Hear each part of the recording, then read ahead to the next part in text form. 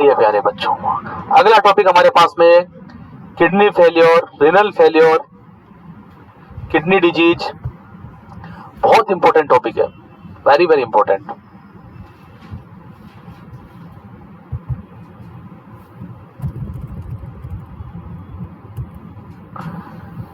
Renal failure,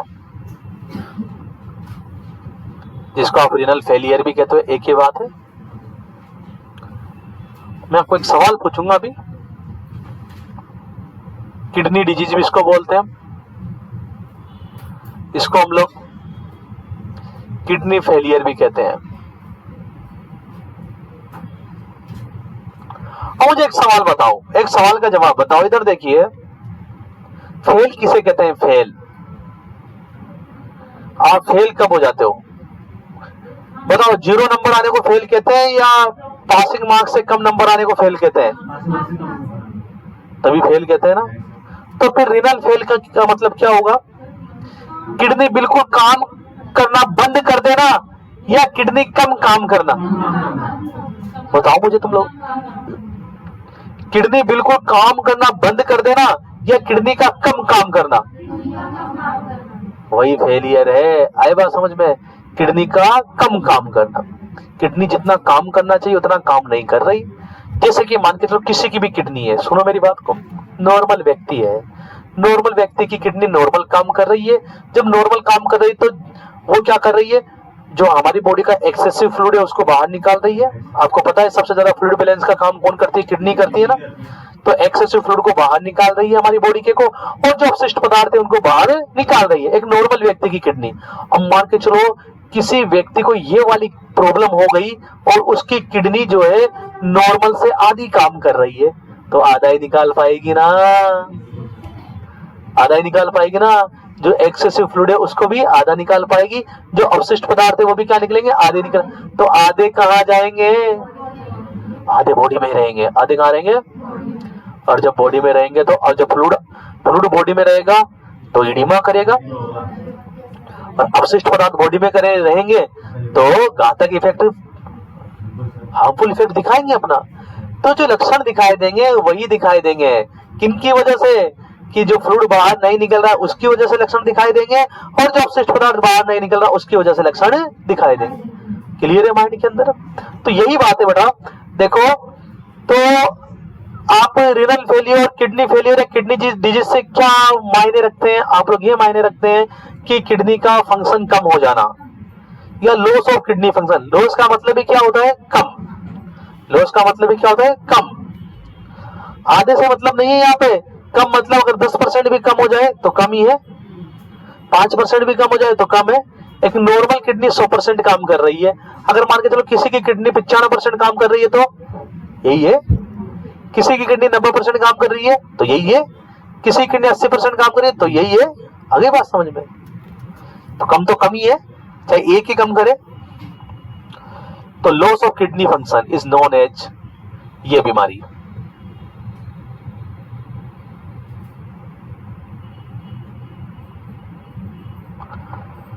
चलिए आगे बात समझ में। रिनल फेलियर या किडनी डिजीज या किडनी फेलियर दो प्रकार के होते हैं। किडनी फेलियर दो प्रकार के हैं। कौन कौन से दो प्रकार प्यारे बच्चों? एक तो एक्यूट, एक क्रोनिक। एक एक्यूट, एक क्रोनिक, जिसको एक्यूट किडनी डिजीज भी कहते हैं, एक्यूट रिनल फेलियर भी कहते हैं हम लोग, और एक्यूट किडनी फेलियर भी कहते हैं, है ना? तीनों नाम। इधर भी इसको क्रोनिक किडनी डिजीज भी कहते हैं, क्रोनिक रिनल फेलियर भी कहते हैं, क्रोनिक किडनी फेलियर भी कहते हैं। क्लियर है? अरे तीनों नाम कर लिए ना हमने इसमें, ये देखो तीनों नाम है ना। अगर एक्यूट है, एक्यूट में तीनों नाम सेम है, तीनों नाम।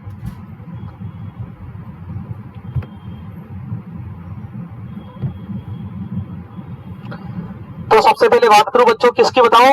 एक्यूट की। एक्यूट का मतलब ये है प्यारे बच्चों, इधर देखो, इधर देखिए, आपकी जो किडनी है कुछ समय के लिए कम काम कर रही है तो वो किसमें आएगा, एक्यूट के अंदर। और आपकी जो किडनी है बहुत समय से कम काम कर रही है तो वो किसमें आएगा, क्रोनिक के अंदर। क्लियर है? कुछ समय के लिए आपकी किडनी कम काम कर रही है तो किसमें आएगा बताओ, एक्यूट के अंदर। और बहुत समय से आपकी किडनी कम काम कर रही है तो किसमें आएगा बताओ, क्रोनिक के अंदर। किसमें बताओ? तो सबसे पहले आपके पास में एक्यूट किडनी डिजीज या एक्यूट रीनल फेलियर या एक्यूट किडनी फेलियर के बारे में पढ़ेंगे हम लोग। सबसे पहले यही ले लेते हैं, तीनों चीज एक ही है बच्चों, तीनों चीज। तो सबसे पहले बात ये है बच्चों, ये अचानक से होगा और इसको होने में टाइम लगेगा। ये अचानक से हो जाएगा, एक्यूट बीमारी है ना, sudden loss of kidney function.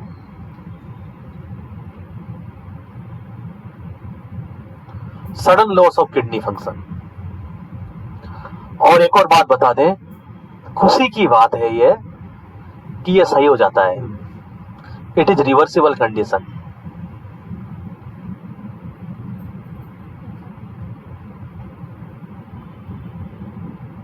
ये रिवर्सिबल कंडीशन है। क्लियर है प्यारे बच्चों? अरे क्लियर या नहीं है बताओ?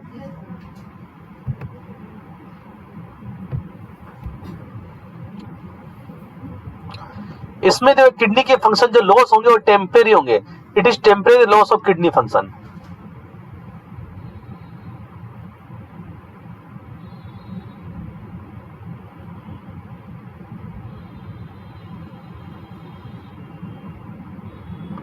Temporary loss of kidney function. अब देखिए कारण क्या क्या हो सकता है बच्चों। थोड़े समय के लिए किडनी फंक्शन लॉस हो जाने का कारण क्या क्या हो सकता है। देखिए प्यारे बच्चों, इधर देखिए, ये आपके पास में किडनी है। कितनी किडनी होती है? वाह, जबरदस्त जवाब, शाबाश। ऐसे हार्ड हार्ड क्वेश्चन के जवाब आप बताते रहेंगे तो सिलेक्शन हो ही जाएगा तुम्हारा। तो किडनी 2 होती है। Very good answer. चलिए, ये आपके पास में है।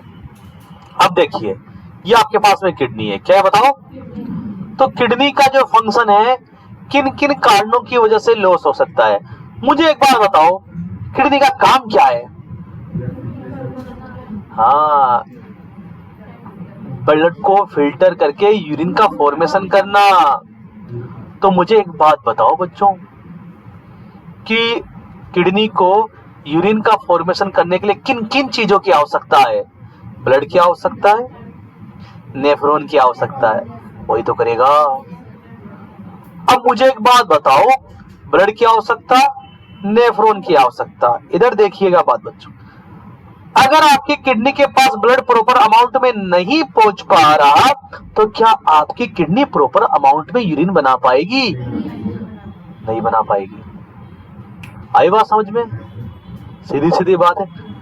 दूसरा सवाल ये है, आपकी किडनी को प्रॉपर ब्लड जो है मिल रहा है लेकिन आपके नेफ्रॉन में गड़बड़ी है तो क्या प्रॉपर अमाउंट में यूरिन बन पाएगा? नहीं बन पाएगा। किडनी का मेन काम क्या है? यूरिन बनाना, ब्लड को फिल्टर करके यूरिन बनाना। तो ब्लड नहीं मिलेगा तब भी यूरिन नहीं बन पाएगा, और ब्लड मिले और नेफ्रॉन में गड़बड़ी है तब भी यूरिन नहीं बन पाएगा। क्लियर है माइंड के अंदर? तो यहां पर कारण देखो आप लोग कि अगर ब्लड ना मिले तब भी किडनी कम काम करेगी, और ब्लड मिले और किडनी में अंदर कोई गड़बड़ी हो तब भी किडनी कम काम करेगी। और एक और बात बता दूं बच्चों, अगर मान के चलो इस यूरेटर में या इस ब्लेडर में या इस यूरेथ्रा में कोई प्रॉब्लम हो तो आपकी किडनी के काम में कोई फर्क पड़ेगा? हाँ या ना में जवाब दें।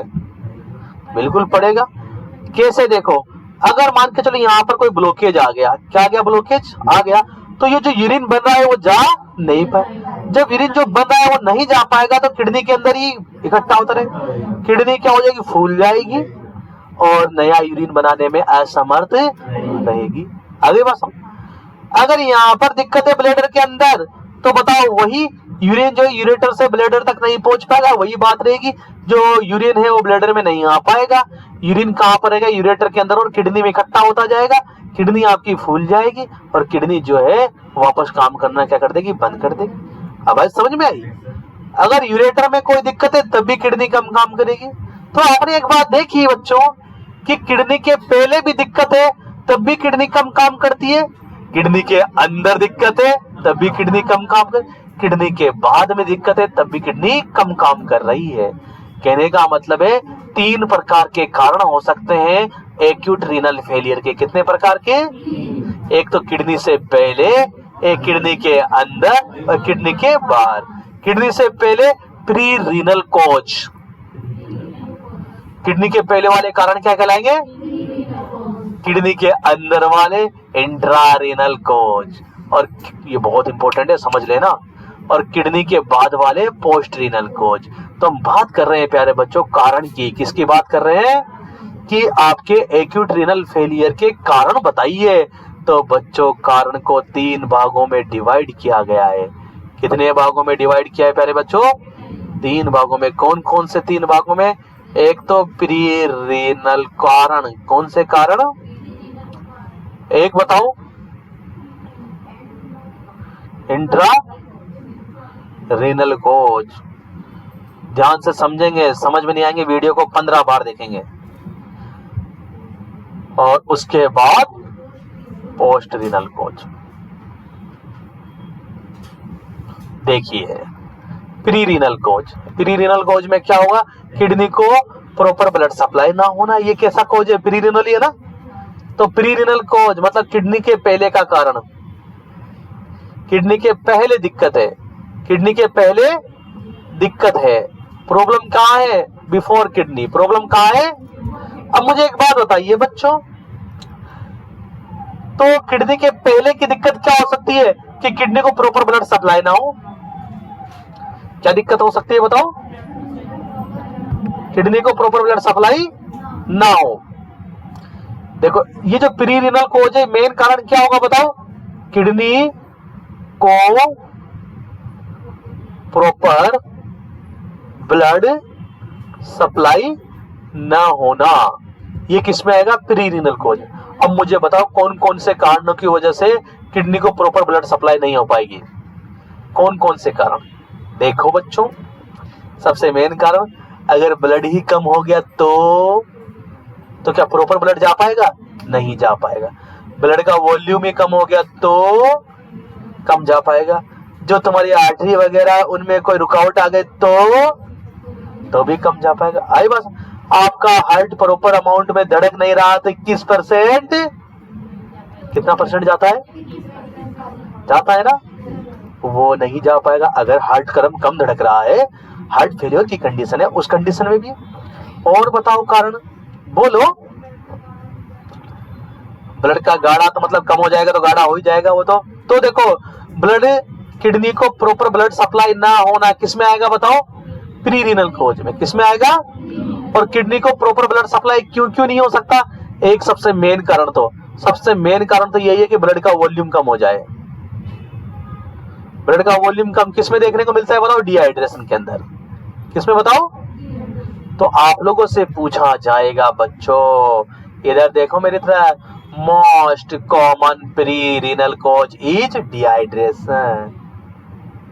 सबसे ज्यादा होने वाला प्री रीनल कारण कौन सा है बताओ?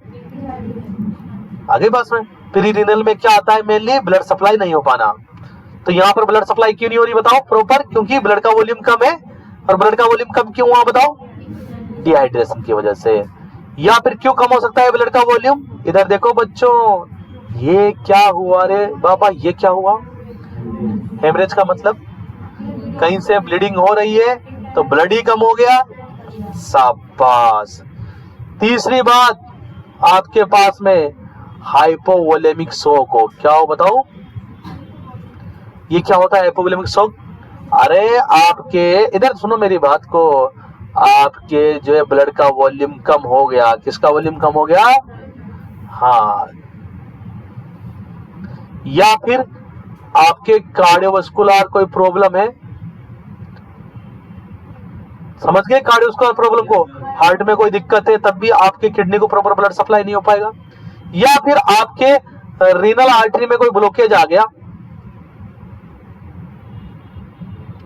तब भी आपके प्रॉपर ब्लड सप्लाई नहीं हो पाएगी। और ये बताओ मुझे, ये क्या है बताओ, मतलब इससे कैसे किडनी खराब हो जाएगी? देखने को मिलता है महिलाओं के अंदर बहुत सारी में, आगे बात समझ में, एक्यूट रीनल फेलियर हो जाता है बहुत सारी महिलाओं में पीपीएच की वजह से। पीपीएच का मतलब है 500 ml से ज्यादा ब्लड निकल रहा है तो पीपीएच है ना। तो जब ब्लड निकल रहा है तो ब्लड का अमाउंट क्या हो जाएगा?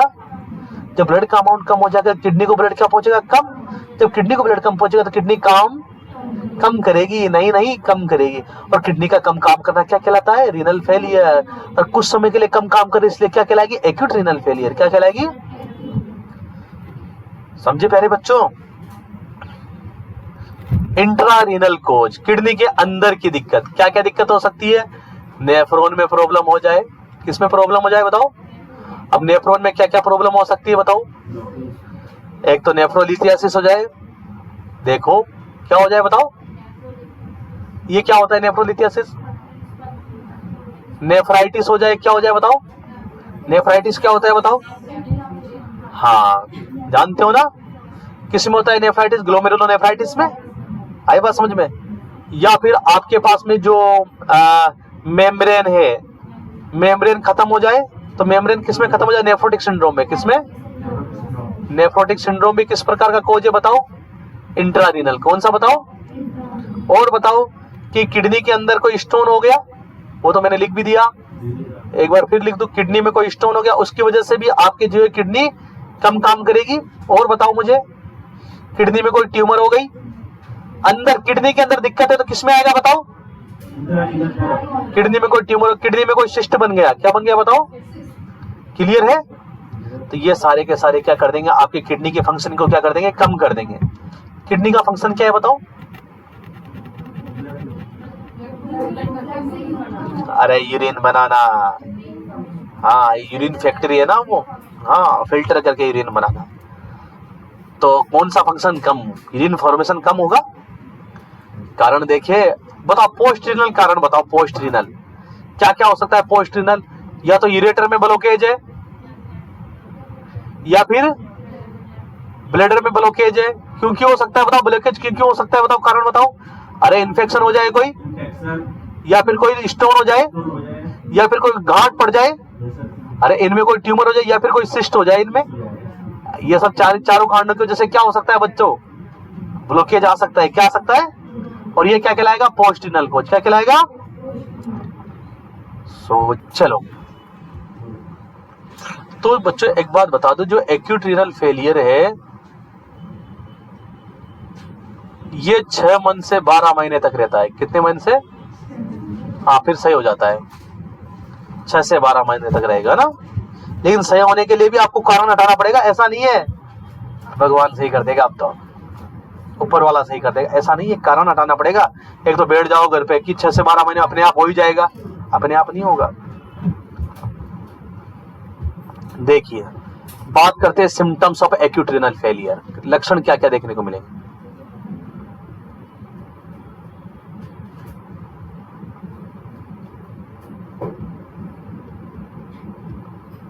एक्यूट रीनल फेलियर के सिम्टम, तो सिम्टम को 3 भागों में डिवाइड किया गया। कितने भागों में बच्चों? Oliguric phase, diuretic phase and recovery phase, 3 भागों में। सबसे पहला फेज 3 फेज में जो सिम्टम्स है उसको कितने फेज में डिवाइड किया गया? 3 फेज में अलग अलग प्रकार के सिम्टम देखने को मिलते हैं। सबसे पहले जो शुरुआत का जो फेज आएगा वो होगा ओलिगोरिक। ओलिगोरिक फेज आप जैसा कि नाम से समझ रहे होंगे कि इसके अंदर क्या रहेगा? ओलिगो यूरिया रहेगा। क्या रहेगा बताओ? हाँ इस फेज में क्या रहेगा बच्चों बताओ? अरे क्या रहेगा बच्चों बताओ? ओलिगो यूरिया रहेगा। ओलिगो यूरिया का मतलब समझते हो ना आप लोग? 400 ml से कम यूरिन आएगा इस फेज के अंदर। किससे कम यूरिन आएगा बताओ? 400 ml से कम। और ये जो ओलिगोयूरिक फेज रहेगा 8 से 15 दिन का रहता है। कितने दिन का रहता है बच्चों बताओ? अरे बोलो। हाँ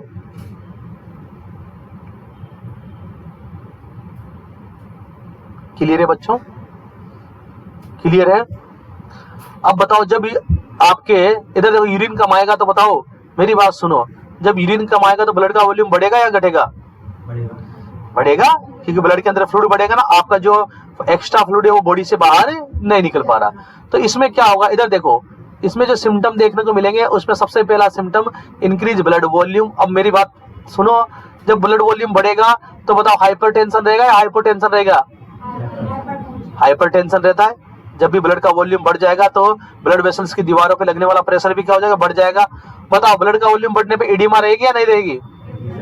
एडिमा रहेगी। बताओ ब्लड का वॉल्यूम बढ़ने पे वेट बढ़ेगा या घटेगा? बताओ वेट बढ़ेगा। बताओ आपकी बॉडी के अंदर फ्लूइड बढ़ गया, एडिमा हो गए तो सांस लेने में तकलीफ होगी या नहीं होगी? होगी, डिस्निया रहेगा। क्या रहेगा बताओ? डिस्निया का मतलब बताओ, आगे बात समझ में। ये तो हो गया फ्लूइड से रिलेटेड। किससे रिलेटेड? क्योंकि देखो फ्लूइड कम निकल पा रहा है। अरे ये सिम्टम क्यों आ रहे हैं? फ्लूइड कम निकल पा रहा है क्योंकि फ्लूइड को देखो, वाटर बैलेंस सबसे ज्यादा कौन मेंटेन करता है? किडनी। किडनी खराब है इसलिए वाटर बैलेंस मेंटेन नहीं हो पा रहा। जितना वाटर बॉडी से निकलना चाहिए उतना वाटर वो निकल नहीं पा रहा। वो बॉडी के अंदर क्या होता जा रहा है? इकट्ठा होता जा रहा है। क्या होता जा रहा है बच्चों? जब बॉडी के अंदर इकट्ठा होगा तो ब्लड का वॉल्यूम बढ़ा देगा, एडिमा कर देगा, हाइपरटेंशन कर देगा, वजन बढ़ा देगा, वजन बढ़ा देगा। दूसरी बात, जब आपके पास यूरिन कम बन रहा है तो अपशिष्ट पदार्थ भी क्या निकलेंगे? कम। जो वेस्ट मटेरियल है, ध्यान से सुनना मेरी बात को, जो वेस्ट मटेरियल है वो भी यूरिन के थ्रू क्या निकल रहे हैं बताओ? कम। यूरिन के थ्रू क्या निकल रहे हैं बताओ? कम निकल रहे हैं, कम निकल रहे हैं। ध्यान से सुनना मेरे, जब कम निकलेंगे तो अपशिष्ट पदार्थ बॉडी में इकट्ठे होते रहेंगे। अरे अपशिष्ट पदार्थ क्या हो रहे हैं बताओ बॉडी में? हाँ, जो अपशिष्ट पदार्थ है बॉडी में इकट्ठे होते रहेंगे। अपशिष्ट पदार्थ बॉडी में एक्युमुलेट होते रहेंगे। और इनके एक्युमुलेट होने से क्या क्या देखने को मिलेगा बताओ? कौन कौन से अपशिष्ट पदार्थ है? यूरिया, यूरिक एसिड, केराटिनिन, ये सारी चीजें ना। तो आपके पास में देखो, इधर देखो, एजोटीमिया हो जाएगा। क्या हो जाएगा? आपके यूरेमिया हो जाएगा। क्या हो जाएगा? अरे आपके बन लेवल क्या हो जाएगा? बढ़ जाएगा। आपका क्रिएटिनिन लेवल क्या हो जाएगा बताओ? बढ़ जाएगा। आई बात समझ में? एजोटीमिया का मतलब कल बता दिया मैंने, यूरेमिया का मतलब भी कल बता दिया। नाइट्रोजन वेस्ट पदार्थ बढ़ने लगेंगे। नाइट्रोजन वेस्ट पदार्थ, हाँ, बन लेवल क्या हो जाएगा बच्चों? बढ़ जाएगा। बन का मतलब फुल फॉर्म बताओ? कल बता, ब्लड यूरिया नाइट्रोजन। और नॉर्मल कितना होता है बन लेवल? 8 से 25 mg/dl। याद रखिएगा आज के बाद। हाँ, 8 से 25 mg/dl। और क्रिएटिनिन कितना होता है नॉर्मल बताओ? हाँ, 1.2 mg/dl। क्लियर है ना आपके लिए? और देखो एजोटीमिया हो जाएगा बच्चों, यूरेमिया हो जाएगा आपके। आपको पता है एजोटीमिया और यूरेमिया होता है तो खुजली हो जाती है ना, प्यूराइटिस हो जाएगा। कल पढ़ा है आप लोगों ने? कल पढ़ा था ना। और पोटेशियम बढ़ने लगेगा। पोटेशियम बढ़ेंगे, इसको क्या कहेंगे बताओ? हाइपरकैलेमिया। क्या कहेंगे? हाइपरकैलेमिया का मतलब बताओ? Increase potassium. पोटेशियम बढ़ना, और पोटेशियम बढ़ने की वजह से क्या दिखाई देगा बताओ? Metabolic acidosis. आपको पता है ना, पोटेशियम बढ़ जाता है तो क्या देखने को मिलता है? Metabolic acidosis. अरे कैसे शाम, तो क्या समझ में नहीं आ रहा क्या? मेटाबॉलिक एसिडोसिस, आपके एसिडिटी बढ़ जाएगी ब्लड के अंदर, मेटाबॉलिक एसिडोसिस हो जाएगा। क्या हो जाएगा बच्चों बताओ? बोलो। हाँ, हाइपरकैलेमिया देखने को मिलेगा। क्या देखने को मिलेगा? हाइपरकैलेमिया, मेटाबॉलिक एसिडोसिस हो जाएगा। तो पहले फेज में क्या होता है? ओलिगोरिक फेज। कौन सा फेज होता है बताओ? कितने दिन चलता है बताओ? दूसरा फेज होगा पॉलीयूरिक। अब देखो 15 दिन के बाद क्या होगा बच्चों? आपकी यूरिन ज्यादा आना स्टार्ट हो जाएगा। पॉलीयूरिक फेज, इसी के अंदर एक्यूट रीनल फेलियर के अंदर 15 दिन के बाद में पॉलीयूरिक फेज स्टार्ट होगा। और ये आपके पास में कितने दिन चलेगा? 7 से 21 दिन। कितने दिन चलेगा बताओ? 7 से 21 दिन। इसमें क्या हो जाएगा बच्चों? आपका जो है GFR बढ़ जाएगा। क्या बढ़ जाएगा बताओ? GFR बढ़ने की वजह से यूरिन का अमाउंट बढ़ेगा या घटेगा बताओ? बढ़ जाएगा ना, क्योंकि जितना GFR होता है उसका 1% ही तो यूरिन बनता है। अरे जितना GFR होता है उसका 1% ही यूरिन। हाँ, तो यूरिन का अमाउंट भी क्या हो जाएगा? बढ़ जाएगा। और यूरिन का अमाउंट बढ़ना क्या कहलाता है बताओ?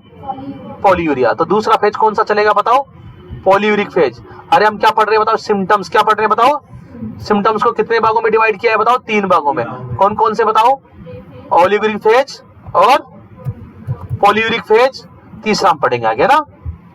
अब बताओ इसके अंदर देखो यूरिन का अमाउंट बढ़ जाएगा, मतलब यूरिन आउटपुट कम होगा या बढ़ जाएगा?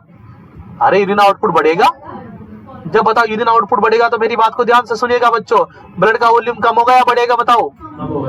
ब्लड का वॉल्यूम कम होगा। जब ब्लड का वॉल्यूम कम होगा तो हाइपरटेंशन होगा या हाइपोटेंशन होगा? बताओ। हाइपोटेंशन होगा। बताओ ईडीमा रहेगी या नहीं रहेगी? ये दिख रही रहेगी। कबाड़ी वाले है ना, ईडीमा नहीं रहेगी। जब ब्लड का वॉल्यूम में कम है तो ईडीमा कहां से होगा ना? हाँ, हाइपोटेंशन रहेगा। बीपी क्या रहेगी? कम। अरे जब ब्लड का वॉल्यूम बढ़ता है तभी तो ब्लड में पानी बढ़ गया, तभी तो ईडीमा होगी ना। यहाँ तो ब्लड के अंदर पानी क्या हो रहा है? कम हो रहा है ना, यूरिन के थ्रू ज्यादा निकल रहा है। दूसरा फेज क्या है? देखो पॉलीयूरिक फेज है ना, समझो, दिमाग लगाओ। लिखने पे ध्यान ना दे, समझने पे ध्यान दे। अगर आपका कुछ छूट जाता है तो आप वीडियो देख के भी लिख सकते हो। अगली बात समझ में, लिखने पे ध्यान ना दे। आगे बात समझ में। और इधर देखो मेरी बात को, इधर देखो बच्चों, इधर देखो, बहुत काम की चीज। बताओ यहाँ पर हाइपोकैलेमिया होगा या हाइपरकैलेमिया होगा? बताओ। हाइपोकैलेमिया। हाइपोकैलेमिया का मतलब बताओ, पोटेशियम कम हो जाएगी। क्यों हाइपोकैलेमिया हो रहा है? क्योंकि यूरिन ज्यादा निकलता है तो इलेक्ट्रोलाइट का लॉस भी ज्यादा होगा। इलेक्ट्रोलाइट का लॉस भी क्या होगा बच्चों? ज्यादा होगा। बताओ बर्न लेवल बढ़ेगा या घटेगा? घट जाएगा, क्योंकि अपशिष्ट पदार्थ का निकलना स्टार्ट हो।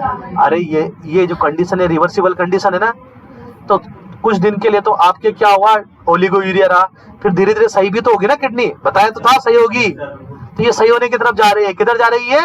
हाँ। बताओ क्रिएटिनिन लेवल बढ़ेगा या घटेगा? कम हो जाएगा। आई बात समझ में। तीसरा फेज रिकवरी फेज। तीसरा फेज कौन सा आएगा बताओ? हाँ, और इसके अंदर क्या हो जाएगा बताओ? किडनी। शाबाश, इतनी खतरनाक चीज।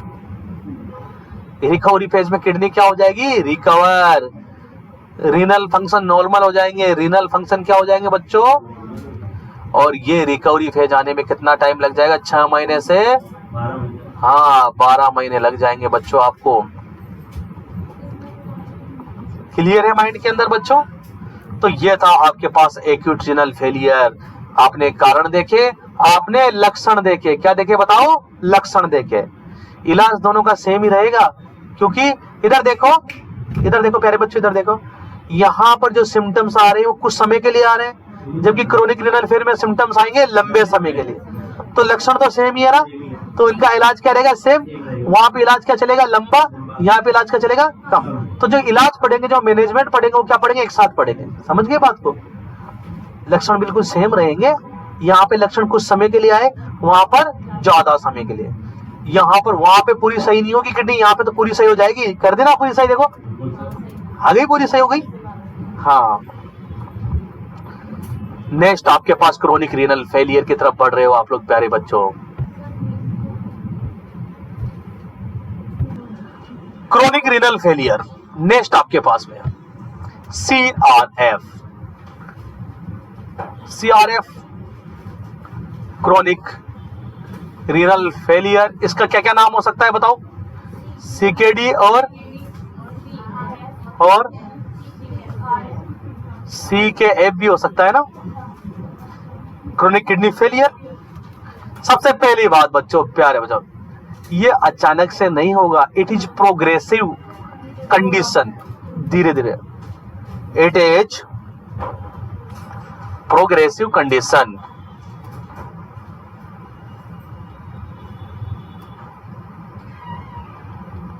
It is progressive condition. दूसरी चीज आपके पास में, ये रिवर्सिबल नहीं है।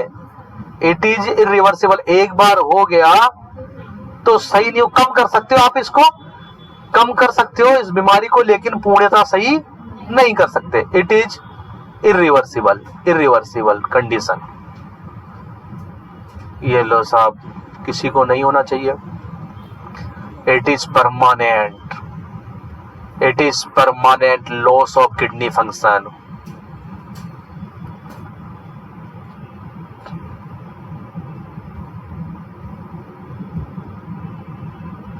It is permanent loss of kidney function. देखो कारण क्या क्या हो सकता है। धीरे धीरे किडनी खराब होगी, है ना, धीरे धीरे से किडनी खराब होगी। है बात में तुम्हारी? धीरे धीरे से खराब होगी किडनी, ऐसा नहीं है एकदम से।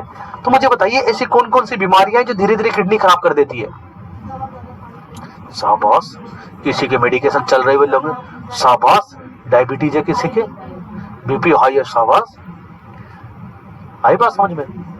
किसी के डायबिटीज मेलाइटस है तो धीरे धीरे क्या होता रहेगा, नेफ्रॉन में जमता रहेगा ग्लूकोज।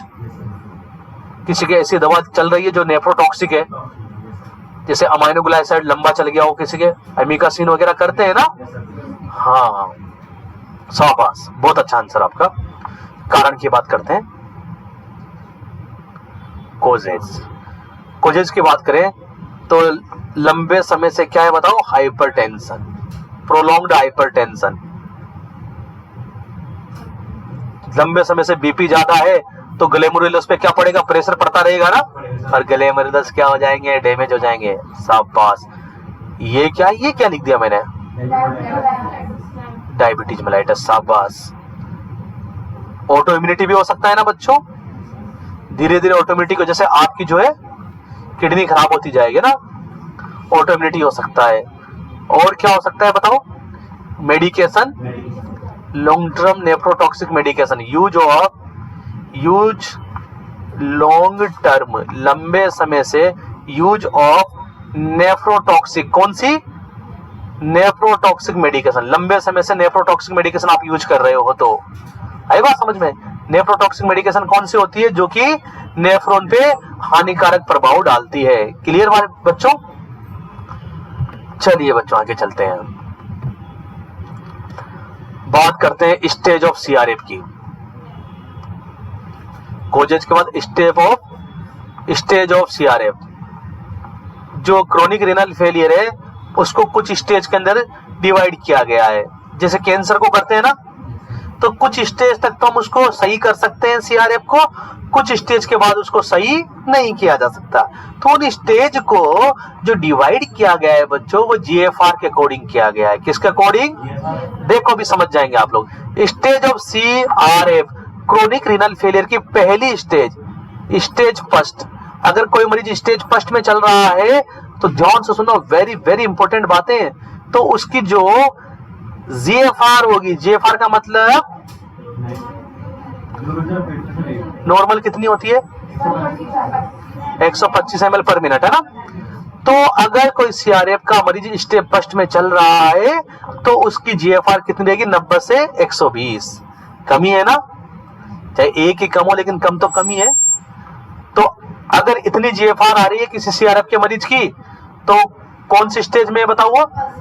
और इधर देखो, जीएफआर का असेसमेंट करने के लिए कौन सा टेस्ट करते हैं बताओ।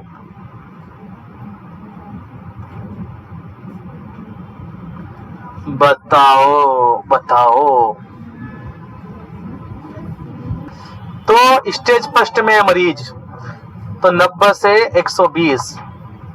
अगर स्टेज सेकंड में है तो उसकी जीएफआर कितनी रह जाएगी, घटकर 60 से 89। याद रखिएगा, देखो 30 का फर्क रहेगा। कितने का फर्क रहेगा बताओ। हाँ, पहले 90 से 120 रहेगी, स्टेज सेकंड में 60 से 89 रहेगी जीएफआर। और स्टेज थर्ड में चला गया मरीज बच्चों, तो उसकी जो जीएफआर है वो 30 से 59 हो जाएगी। कितनी हो जाएगी, आप 30 कम करते जाओ। कितने कम करते जाओ बताओ। हाँ, दोनों तरफ।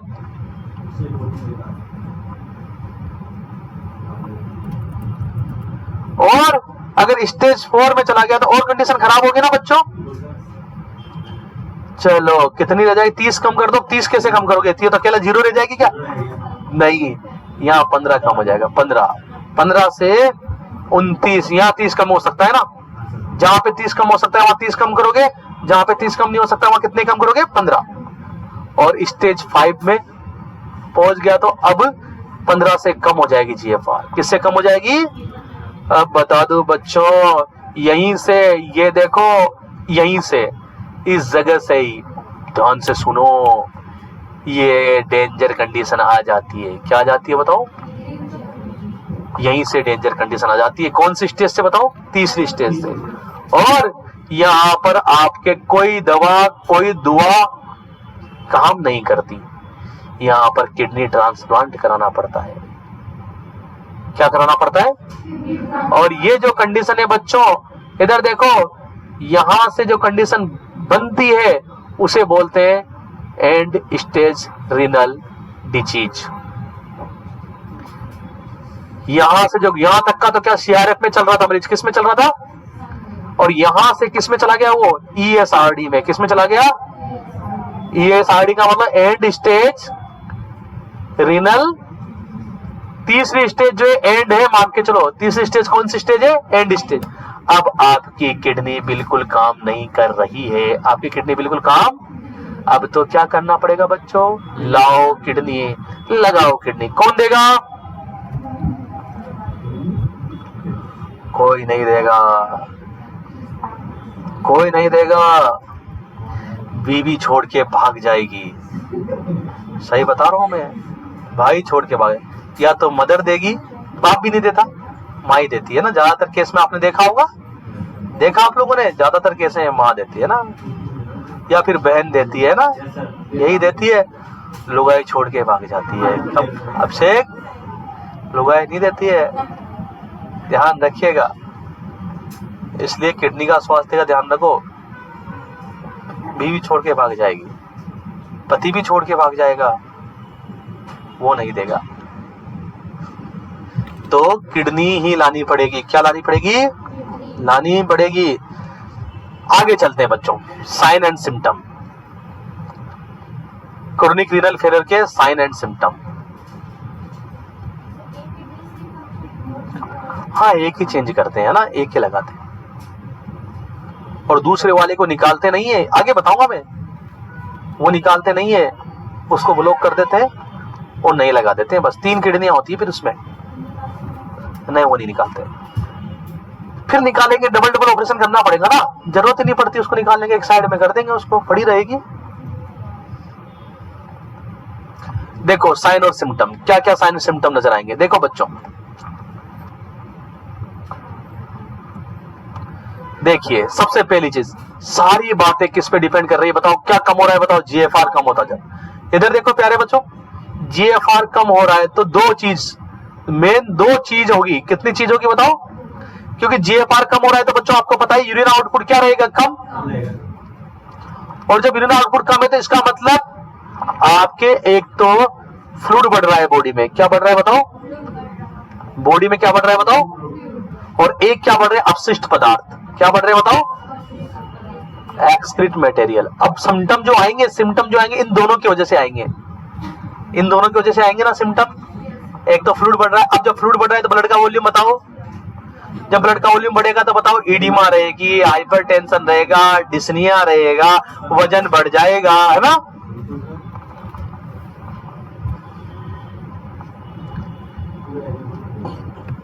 देखो फ्लूइड बढ़ गया तो ब्लड का वॉल्यूम बढ़ गया, increase blood volume, blood volume बढ़ गया तो हाइपरटेंशन। हाइपरटेंशन का मतलब तो समझते हो ना, क्या होता है हाइपरटेंशन, बीपी बढ़ जाना। हाँ, हाइपरटेंशन रहेगा, ईडिमा हो जाएगी, सूजन आने लगेगी। और बताओ वजन, वेट बढ़ जाएगा। और बताओ सांस लेने में दिक्कत आने लगेगी। हाँ, वेट तो बढ़ेगा ना बेटा, फ्लूइड बढ़ रहा है ना बॉडी के अंदर, बॉडी के अंदर फ्लूइड बढ़ रहा है ना, फ्लूइड कहां निकल पा रहा, जो आप पी रहे हो वो निकल ही नहीं पा रहा। जीएफआर कम हो गई, जीएफआर का मतलब ग्लोमेरुलर फिल्ट्रेशन रेट कम हो गई। जितना जीएफआर होता है उसका 1% तो यूरिन बनता है, तो जीएफआर कम तो यूरिन भी कम, यूरिन का आउटपुट कम तो फ्लूइड का आउटपुट कम, अवशिष्ट पदार्थ कम निकल रहे हैं। तो ये सारे सिम्टम क्यों आएंगे बताओ, फ्लूइड कलेक्ट होने की वजह से, बॉडी में फ्लूइड बढ़ने की वजह से। आई बात समझ में? अरे बच्चों समझ में आई या नहीं आई बताओ, अरे आई बात समझ में?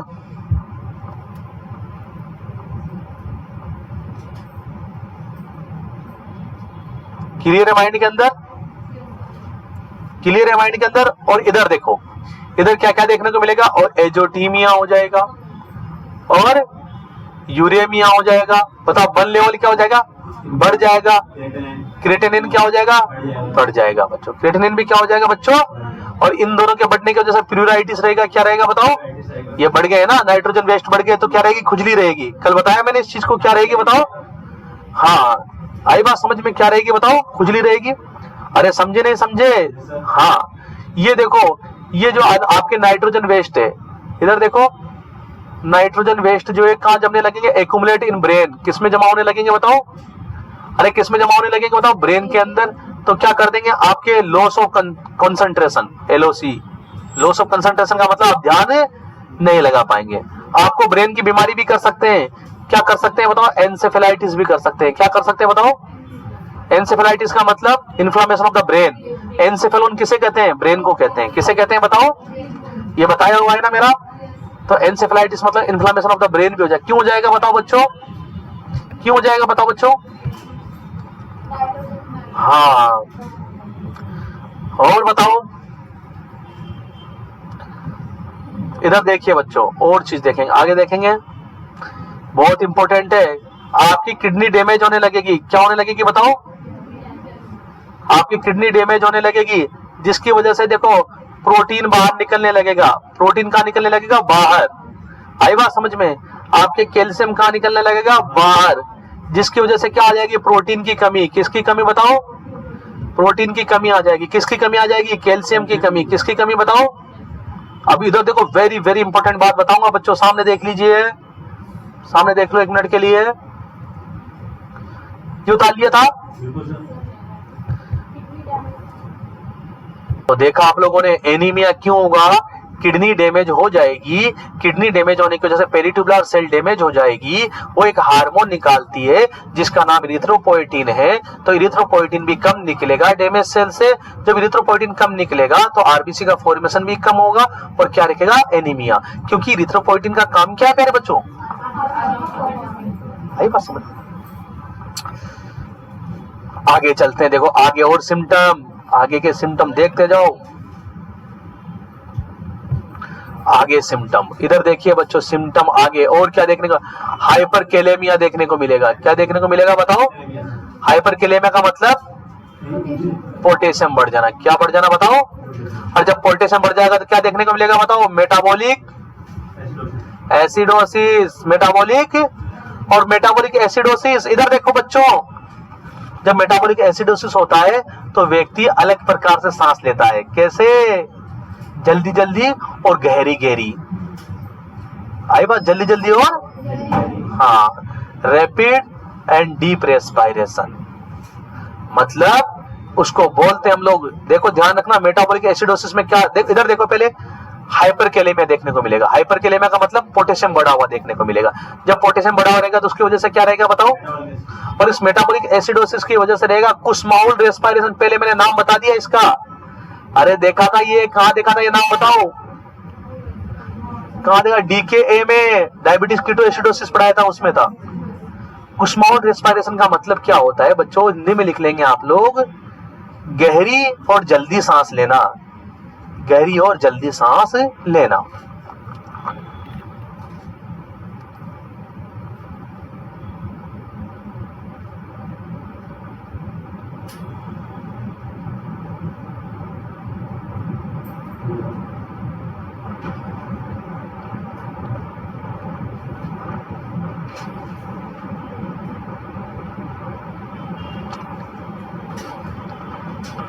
अब देखिए बच्चों, आगे चलिए,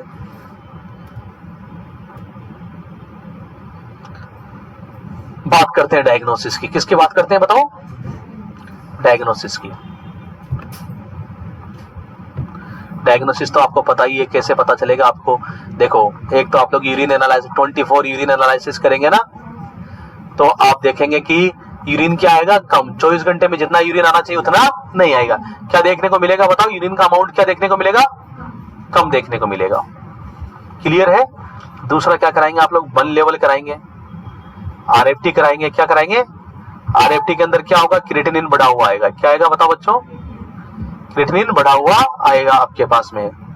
आई बात समझ में, क्लियर है। तो आपको बता दे बच्चों कि आपसे पूछा जाएगा confirmatory diagnosis of CRF, creatinine level. ये क्वेश्चन आया हुआ है बच्चों, confirmatory diagnosis of CRF is creatinine level. दोनों के लिए यही है, CRF और ARF दोनों के लिए यही है। क्रिएटिनिन लेवल नॉर्मल कितना होता है, क्रिएटिनिन लेवल बताओ,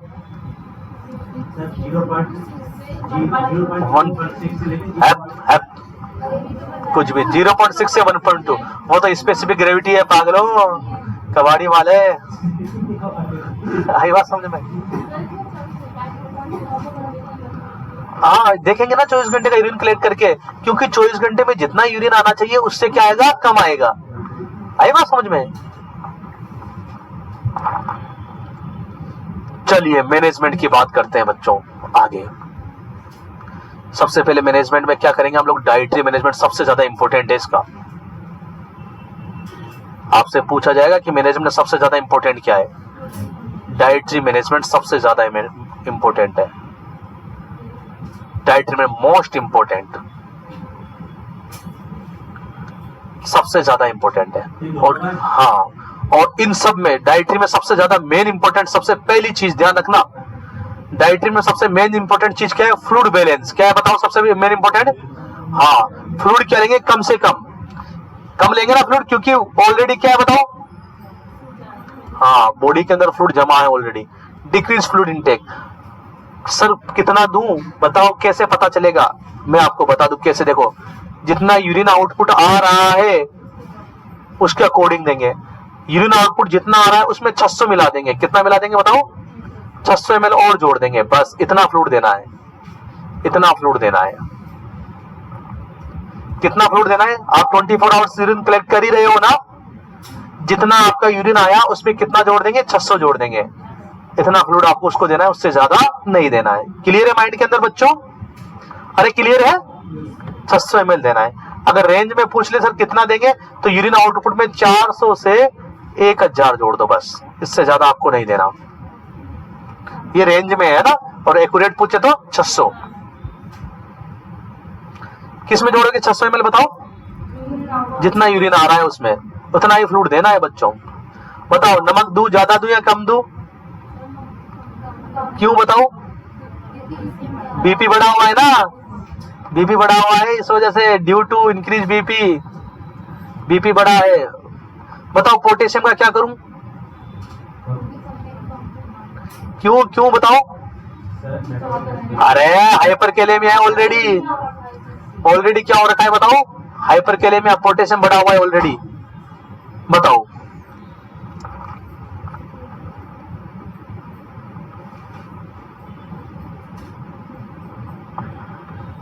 एनीमिया है, इसलिए आयरन दे सकते हो आप लोग, आयरन डाइट।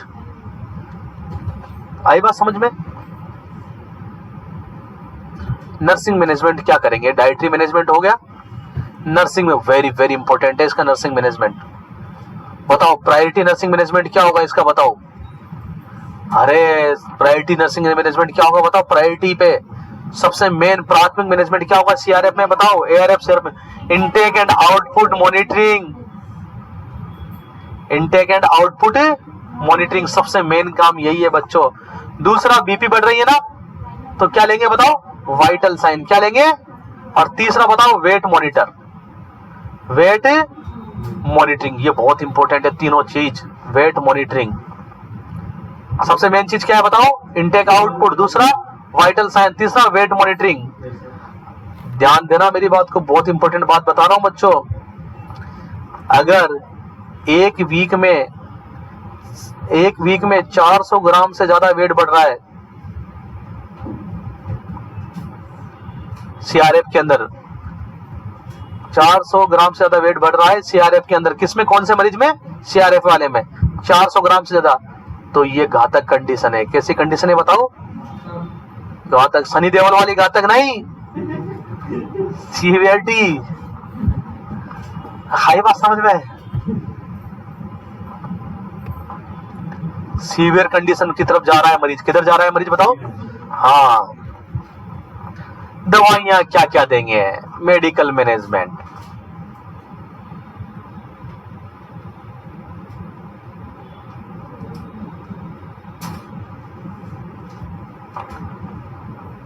मेडिकल मैनेजमेंट बताओ सबसे मेन काम क्या हो रहा है? दो ही चीजें हो रही है कि एक तो फ्लूइड बाहर नहीं निकल पा रहा और अपशिष्ट पदार्थ, तो दोनों चीजें अपन को करनी पड़ेगी। पहले तो फ्लूइड को बाहर निकालने के लिए दवाई देनी पड़ेगी और अपशिष्ट पदार्थों को बाहर निकालने के लिए दवाई देनी पड़ेगी। फ्लूइड को बाहर निकालने के लिए क्या देंगे? डायूरेटिक्स। क्या देंगे?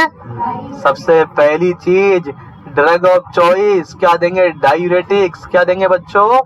और सबसे अच्छी डायूरेटिक्स कौन सी है इसके लिए, सबसे पहली ड्रग्स डायूरेटिक्स देंगे कौन सी बताओ, लूप डायूरेटिक्स कौन सी बताओ। और लूप डायूरेटिक्स का सबसे अच्छा एग्जांपल बताइए बच्चों, बताइए। फ्रूसेमाइड कौन सा, हाँ फ्रूसेमाइड आपके बाजार में किस नाम से आता है, लेसिक्स के नाम से। किस नाम से आता है बताओ, अरे किस नाम से आता है। सबसे पहला काम तो यही करोगे, फ्लूइड को बाहर निकालो। किसको बाहर निकालो, क्योंकि सारी दिक्कत उन दो चीजों की वजह से आ रही है। किन किन दो चीजों की वजह से बताओ, हाँ और वेस्ट मटेरियल बॉडी के अंदर है। क्लियर है। बीपी बढ़ा हुआ है तो एंटी हाइपरटेंसिव दोगे। दूसरी दवाई कौन सी देंगे बताओ, एंटी हाइपरटेंसिव। एंटी हाइपरटेंसिव दवाइयां क्यों देते बताओ, बीपी को कम करने के लिए। किसको कम करने के लिए बताओ, अरे बीपी कम करने के लिए देंगे। किसको कम करने के लिए, बीपी कम करने के लिए। तीसरा, ये क्या हो रहा है इधर देखो, इरिथ्रोपोएटिन का इंजेक्शन लगाएंगे। किसका इंजेक्शन, क्यों दे रहे हो बताओ इरिथ्रोपोएटिन का इंजेक्शन, एनीमिया के लिए। किसके लिए, अरे किसके लिए बताओ, बताओ किसके लिए बच्चों बताओ, एनीमिया के लिए। अरे कैल्शियम की कमी आ रही है तो कैल्शियम सप्लीमेंट देंगे। क्या देंगे, हाँ कैल्शियम की कमी आ रही है तो कैल्शियम सप्लीमेंट।